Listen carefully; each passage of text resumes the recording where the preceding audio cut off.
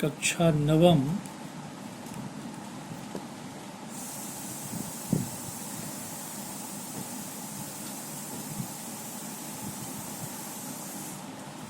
प्रत्यय।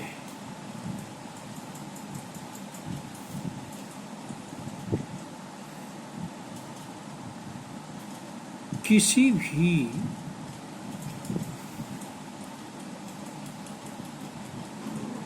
धातु या शब्द के पश्चात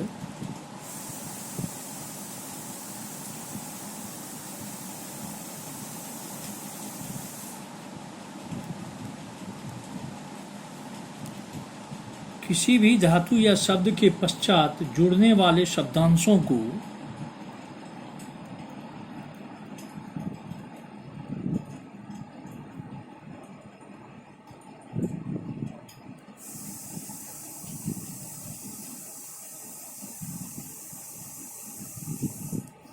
प्रत्यय कहा जाता है।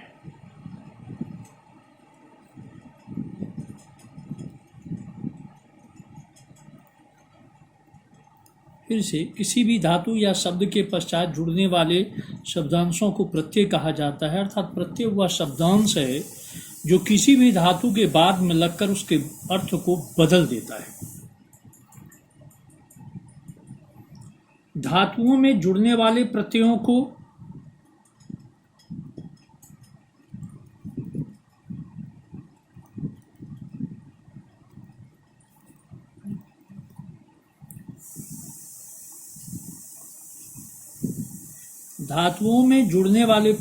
को कृत प्रत्यय कहते हैं।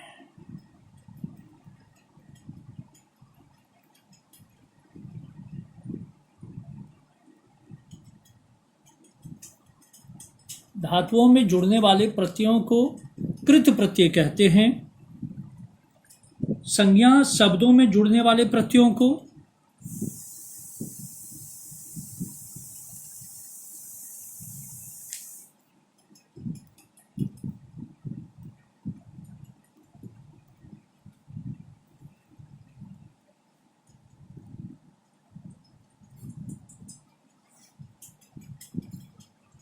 तद्धित प्रत्यय कहते हैं।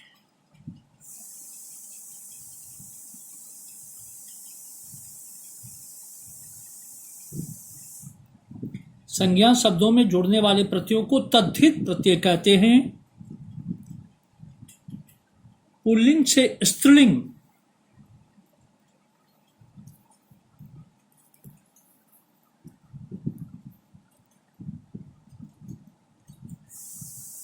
बनाने वाले शब्दों को बनाने के लिए शब्दों में प्रयुक्त होने वाले प्रत्ययों को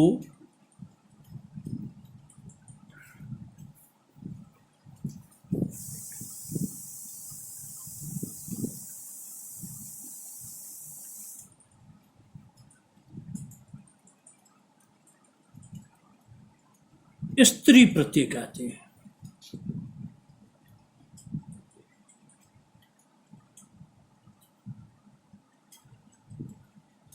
नंबर 1, धातुओं में जुड़ने वाले प्रत्ययों को कृत प्रत्यय कहते हैं। संज्ञा शब्दों में जुड़ने वाले प्रत्ययों को तद्धित प्रत्यय कहते हैं। पुल्लिंग से स्त्रीलिंग बनाने के लिए शब्दों में प्रयुक्त होने वाले प्रत्ययों को स्त्री प्रत्यय कहते हैं। इस प्रकार प्रत्यय के 3 भेद होते हैं: कृत प्रत्यय, तद्धित प्रत्यय और स्त्री प्रत्यय। लेकिन संस्कृत में स्टैंडर्ड 9 में कृत प्रत्यय के अंतर्गत केवल 3 प्रत्यय ही पढ़े जाते हैं: अक्त्वा, ल्यप और तुमुन। तद्धित और स्त्री प्रत्यय ये स्टैंडर्ड 10 के पाठ्यक्रम में है। मैं यहां लिख दूं, कक्षा 9वीं के पाठ्यक्रम में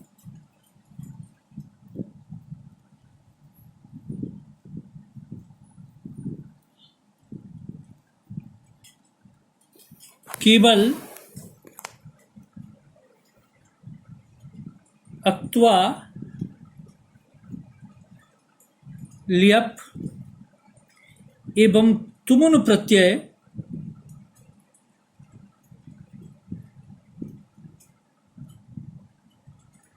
ये 3 प्रत्यय से ही ऑप्शन के साथ क्वेश्चन पूछे जाते हैं। अब चलें पहला अक्त्वा प्रत्यय।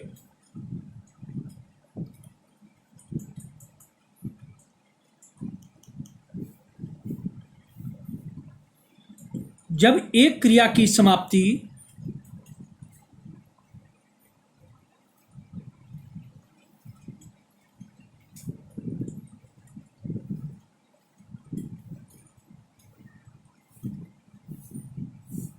तथा दूसरी क्रिया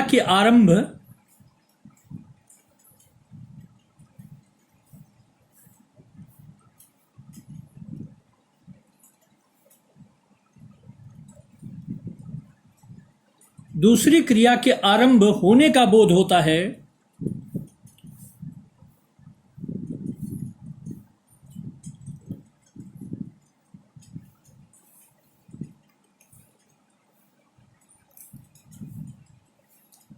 तथा दोनों क्रियाओं का कर्ता एक ही होता है,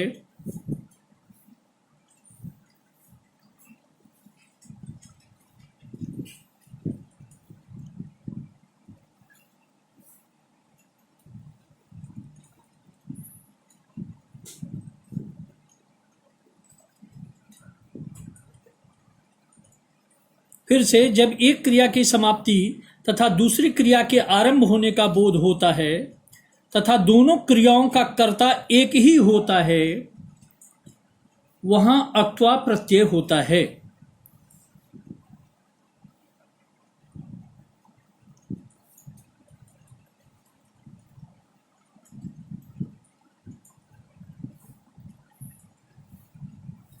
अक्त्वा में त्वा शेष रह जाता है,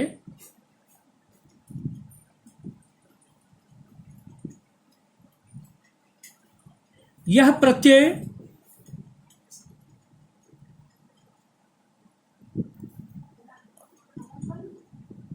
कर तथा करके अर्थ में प्रयोग होता है।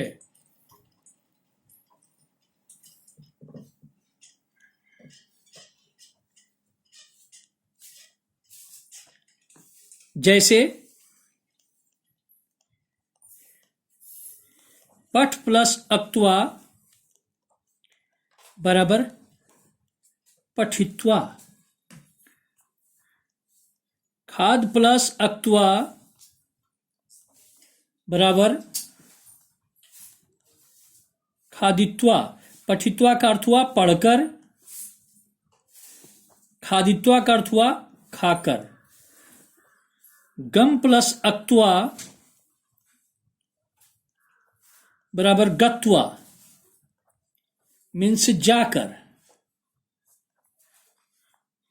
नी प्लस अक्त्वा बराबर नीत्वा, मीन्स लेकर। समान रूप में जहां उच्चारण में त्वा आएगा वहां उसका प्रकृति प्रत्यय में अक्त्वा प्रत्यय का उपयोग किया जाएगा। जहां भी या तो अक्त्वा लगाएं या तो त्वा लगाएं, जहां भी उच्चारण में त्वा आए वहां अक्त्वा प्रत्यय का प्रयोग होता है।